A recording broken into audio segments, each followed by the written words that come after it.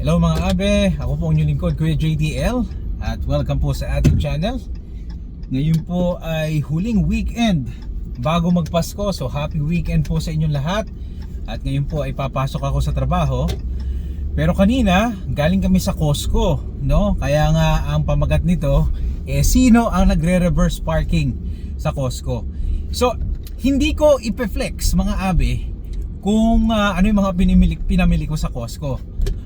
Dahil lahat naman nagko-content na nun eh. Pero ano ko lang, mai-shoutout ko pala yung curve ham sa Costco. $11 yata yun. Maliit lang yun, pang dalawang tao. Kasi yung spiral lang sa kanila malaki, so pang pamilya yun. So bili ko lang yung maliliit, pero masarap yun, panalo yun. Gagawin ko na lang ng sarili kong sauce. So yun, patalastas yun. So ngayon, napansin ko lang mga abe, kasi nakita ko yung nakita nyo naman sa thumbnail ko, pinicturean ko kasi gamit ko pick up no. So usually sa bandang dulo ako sa bandang dulo ako nagpa-park sa Costco. Kasi nga malaki yung sa akin. At sa Costco, wala akong problema sa parking, lalo na kapag malubag, no? Kasi maluluwang. Tsaka meron sa gilid, magkabilang gilid, may uwang siya, no? Tapos kapag doon naman sa mismong daanan, malaki yung daan. So naisip ko pala, no, minsan kasi kaya nagtatagal sa parking ang mga tao dahil yung yung pagre-reverse parking, mas matagal yun eh. Unlike yung gaganon ka na lang yung sa harap, no? Well, maganda naman talaga yung reverse parking, no? Wala naman nakauna doon. Kaya lang dito sa Costco kasi unique mga abe, kasi maramihan ng bili dito no? Malalaki.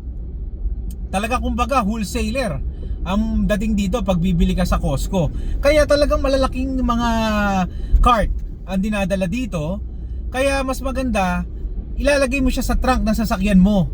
Kaya para sa akin, pagka nag-reverse parking ka, no? At malaki yung yung binili mong cart sa cart, kapag nag-reverse parking ka, yung trunk mo nasa likod, no? Paano kapag nakasiksik yung harapan, hindi mo mailalagay yung cart mo, no? Mahihirapan ka din. So inisip ko, yung nagplano ng parking dito sa Costco, bagamat ito kasi ay tinatawag na membership, pinag-isipang mabuti, no? Kaya ko lang napansin. Kaya mga abe, sa inyo na nakikinig ngayon, na lalo na hindi dito sa Toronto, no? At mahilig mag-reverse parking, meron laging gustong patunayan sa pagre-reverse parking. Kung magaling kang mag-reverse parking, good for you. Pero minsan kasi ang pagpa-park, ginagamitan din yan, no? Ng paraan kung paano mo ipapark, no? Kapag malalaki naman, no, kagaya ng Costco at maluluwang, para mapabilis lahat, mo na yung sa harapan na, para din pag namili ka, ikakabit mo yung yung cart mo patalikod, no? Sa likod, lalaglag mo na, mabilis. Ako sinubukan ko, pick up yung sa akin, kahit na hindi ako naka-reverse, patalikod kanina, no? Kasi puno dahil ang dami nagsha-shopping no?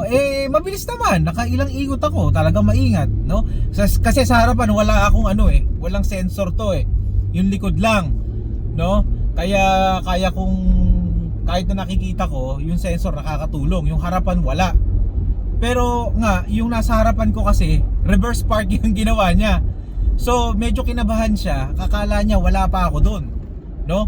Kaya medyo malapit yung ko sa kanya, sa guhit, yung aking harapan. Tapos nagpark din siya malapit sa guhit. Kaya ang dami niyang cart, nakita ko, nagtaka siya, no? Medyo kinabahan siya paano gagawin niya. Mga abi, malamig pa naman ang panahon, no? Kailangan as much as possible mabilis mong maikarga yung mga sa Costco, yung mga pinamili mo. At kaya nga sa Costco minsan, no, dati tinanggal ko na rin yung membership ko diyan. Kasi nga kapag ilan lang kayo sa household, tapos kapag sa Costco ka namimili, matagal, no? Maramihan. So halimbawa, bibili ka ng isang chichirya, napakalaki. Kung hindi ka naman talaga mahilig sa chichirya, no, natatali ka dun sa isang chichiryang malaki. Yung hangga't di na uubos, no, hindi mo titigilan. Kasi kaya lang naman ako nagpa-member uli gawa nung minsan sa optical, no, mas mura doon yung sa ano ng asawa ko, sa tawag dito sa salamin tsaka or sa ano sa contact lens.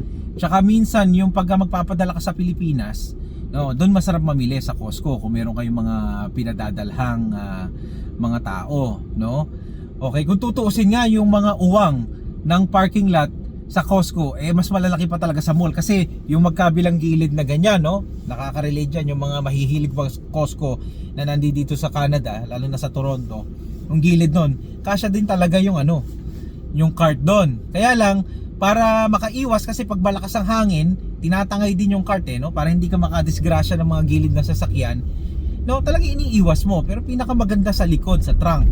Kaya yun lang, naisip ko lang na at least, no, yung Costco talagang pagka bubukas sila ng mga ano nila, ng mga kanilang ano outlet, pinag-iisipan nila yon. So kudos sa kanila and shout out. So yun lang mga abe, na i-share ko lang sa inyo. Kung kayo po ay may mga opinion dito at comment, na lalong-lalo na yung mga kaibigan na natin, na mga kaabi natin dito sa Canada at sa Toronto, kung yung mga experience nyo dyan sa parking dyan sa Costco, sabihin nyo sa akin. Kanina nga maganda kasi meron ng pulis na nagpapaandar, no, ng trapiko. Alam nyo, kahit sa lahat ng Costco, dahil busy nga, isa yan sa mga sikat na bilihan dito sa Canada, pati na rin sa US, no, talagang ano, may nagtatraffic. Kaya lang yung mga makukulit, no, kung saan hindi babaan, doon nagbababaan, no, kung saan hindi dapat magsakay doon, saan tumatawid, doon na rin. Kaya sumisikip ang daloy ng trapiko. Kaya nga pinag-uusapan namin dati mag-asawa, kung ikaw daw magpa-practice ng pagdadrive, doon ka sa Costco mag-drive. Matututo ka. So yun lang mga abe, ang aking na-share sa inyo. At sana po tangkilikin nyo po yung mga content natin. At iba't ibang klase po yan, no? Muli po, ako po ang inyong lingkod, Kuya JDL. At maligayang Pasko po at mapayapang bagong taon. Salamat po, bye bye.